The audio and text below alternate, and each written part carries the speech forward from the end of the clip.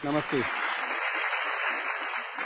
मेरा नाम श्याम सुंदर पालीवाल है। मैं राजसमंद के एक छोटे से गांव पिपलांत्री में रहता हूं और वहां पर मैं बेटी, पानी, पेड़, गोचर भूमि और इसके माध्यम से लोगों को रोजगार देने का काम करता हूं। आप सब जानते होंगे, आप पढ़े लिखे हैं, आप सोशल मीडिया और अखबार पढ़ते हैं। एक ऐसा गांव है जहां पर जन्म लेने वाली हर बेटी के नाम पर उस गांव के लोग खुशियां मनाते हैं और 111 पौधे लगाते हैं। मैं उस गांव का रहने वाला हूं और मैं मेरे बारे में बता दूं, मैं छोटा था, 6 साल का था, तब मेरी मां मर गई। बहुत परेशानी में हम लोगों ने जीवन यापन किया। मेरे बड़े भाई साहब या मेरे परिवार के लोग कहीं अलग धंधा करते थे तो वहां चले गए।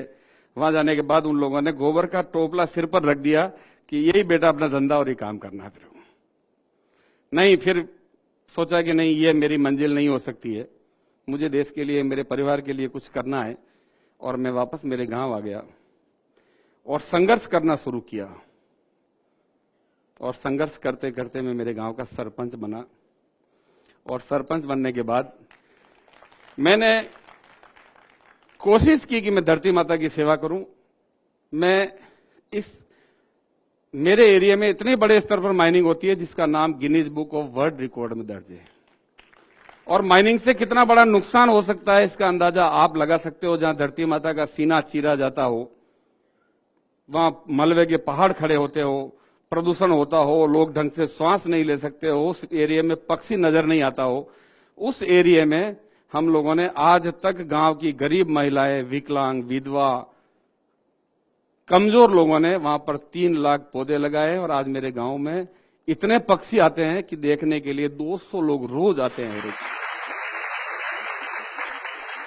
देश का ऐसा कोई अखबार या कोई न्यूज चैनल नहीं होगा जिसने हमारे गांव के बारे में नहीं छापा। मैंने नहीं किया, मेरे गांव के लोगों ने किया।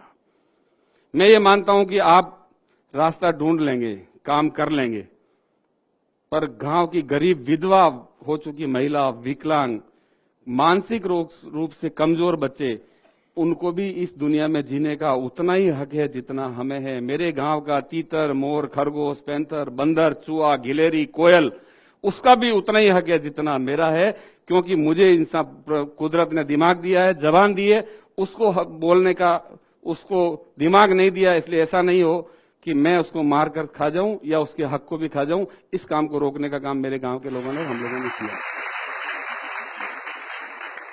और उस गांव का नाम आप यूट्यूब, फेसबुक, गूगल या अन्य जो भी व्यवस्था है उससे देखिए, पिपलांत्री। कई सैकड़ों उस पर डॉक्यूमेंट्रियां बनी है और उसको देखने के लिए दुनिया भर के लोग वहां आते हैं। कई फिल्में उस पर बनी हैं, कई मैगजीन उस पर लिखे गए हैं। 7वीं और 8वीं कक्षा के राजस्थान के पाठ्यक्रम में उसका नाम आया है, उसको बच्चे पढ़ रहे हैं। डेनमार्क की सरकार प्राइमरी एजुकेशन में उसको पढ़ा रही है।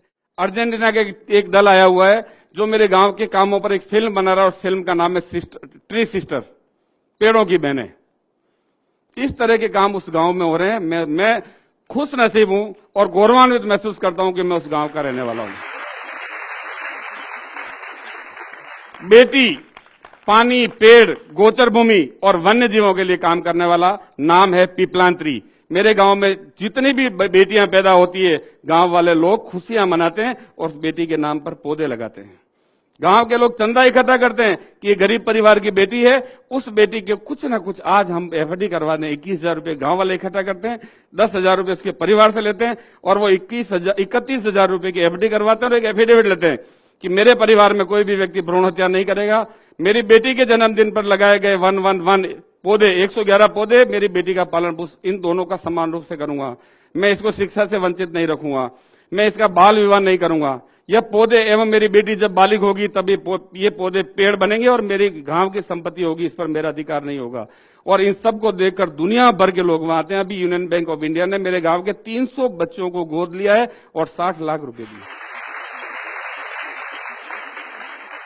ये एक गांव में हो रहा है। आप समझ सकते हैं गांव की व्यवस्थाएं क्या है। राजस्थान के 9,800 ग्राम पंचायतें हैं। गांव में जाते ही हमें ये लगता है कि पानी नहीं होगा, पीने का पानी साफ नहीं होगा, गांव में गंदगी होगी, गांव में कचरा होगा।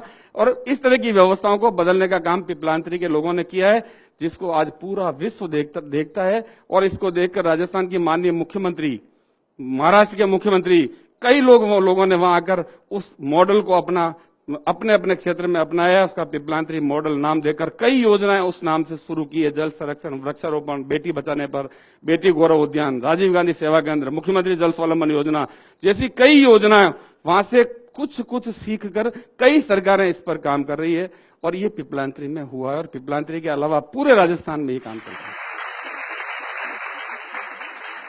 आज हम किसी व्यक्ति से उधार लेते हैं, आप कल्पना कीजिए कोई भी वित्तीय व्यवस्था, कोई बैंक, कोई साहूकार हमें उधार पैसा देता है, लोन देता है, तो वो छोड़ता है क्या? हमें कभी नहीं छोड़ता है। हमारे बच्चों को उसकी भरपाई करनी पड़ती है। तो इस धरती से हम कब तक लेते रहेंगे? कितने ट्यूबवेल खोदते रहेंगे? कितना खून इसका चूसेंगे?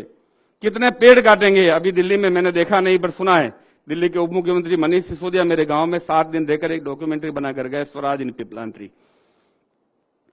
वो कब तक दिल्ली जैसी स्थिति क्या उसका इंतजार करते रहेंगे हम कि दिल्ली में जो स्थिति पैदा हुई है वो जयपुर में हो जाए, या देश के अन्य हिस्सों में हम ऑक्सीजन के लिए तरस जाएं, हम लकड़ी के लिए तरस जाएं, हम पीने के पानी के लिए तरस जाएं। बरसात का जितना पानी बहकर आज समुद्र में जाकर मिल रहा है, खारे पानी में मिल रहा है, क्या हमारी जिम्मेदारी नहीं उसको रोककर धरती माता को पिलाना? और धरती को जिस दिन पानी पिलाना शुरू हमने कर दिया, उस दिन पानी के संबंधित समस्या खत्म हो जाएगी।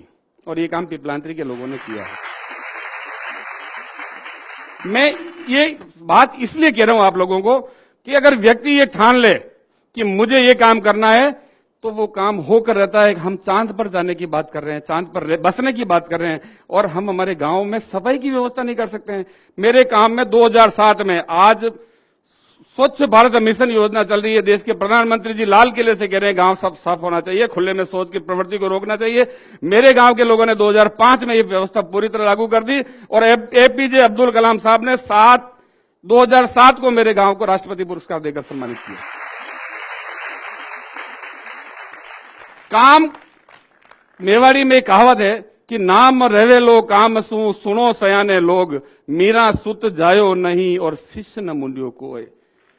नाम, हमारा नाम, मेरे जैसे कई लोग आए और कई चले जाएंगे। मेरा नाम तभी रहेगा जब मैं काम करूंगा। मीराबाई का नाम आज भी अमर है। मीराबाई का कोई संतान नहीं थी और कोई शिष्य नहीं था। महाराणा प्रताप की संतान को कोई नहीं जानता है, महाराणा प्रताप के कामों को सब लोग जानते हैं। इसलिए हम अपने आप को साबित करें। मैंने जैसे ही गांव का सरपंच बना, सबसे पहला नारा दिया था मैंने खुद ही को कर बुलंद इतना कि खुदा खुद तुझसे पूछे तेरी रजा क्या है। और वही हुआ। मेरे गांव का कोई भी व्यक्ति किसी भी मंत्रालय में, किसी भी मंत्री के पास, किसी जनप्रतिनिधि के पास, अधिकारी के पास नहीं गया कि मुझे ये चाहिए। सभी अधिकारी, जनप्रतिनिधियों ने आकर बताया कि आपके गांव में क्या व्यवस्था है, स्कूल नहीं है। एक आदेश में मेरे गांव के सरपंच की चेयर पर बैठकर वहां के राजस्थान के शिक्षा मंत्री ने सभी स्कूलों को प्रमोट कर दिए, आंगनबाड़ी खोल दी, वाटर सप्लाई की स्कीमें कर दी, सड़कें बना दी। जितना पैसा चाहिए था उतना पैसा सरकार ने लाकर दे दिया। आपको अपने आप को साबित करना पड़ेगा कि मैं ईमानदार हूं और काम के प्रति ईमानदार हूं। ईमानदारी दो तरह की है, एक तो ईमानदार हूं और एक काम के प्रति ईमानदार हूं। आज का काम आज ही करूंगा, आज का काम कल पर नहीं छोड़ूंगा, तब जाकर देश का भला हो सकता है। 1.25 अरब की जनसंख्या है हिंदुस्तान की। अगर एक व्यक्ति एक पेड़ भी रोज हर साल लगा देवे तो 1.25 अरब पेड़ लगेंगे, समस्या जड़ से खत्म हो सकती है। क्या हम में ये जज्बा नहीं है? हम ये जज्बा लोगों में पैदा नहीं कर सकते? और ये काम आप लोग कर सकते हो और आपको करना पड़ेगा। एक गांव की विकलांग, विधवा, कमजोर महिला कर सकती है तो आप क्यों नहीं कर सकते हो? ये काम करना पड़ेगा। कोई कलम चलाकर करे, कोई झाड़ू उठाकर करे, कोई किसी गलत चीज का विरोध करके करे, पर करना पड़ेगा आप लोगों को। तब जाकर हमारा समय निकल गया, 50 साल की उम्र हो गई, पता नहीं कब चले जाएंगे, पर क्योंकि इस दुनिया को आपको जीना है, इसलिए आपको करना पड़ेगा ये काम। ये धरती है, अगर आप चाहो तो इसको स्वर्ग के रूप में भोग लो, चाहो तो नरक करके भोग लो इसको। यही स्वर्ग है और यही नरक है।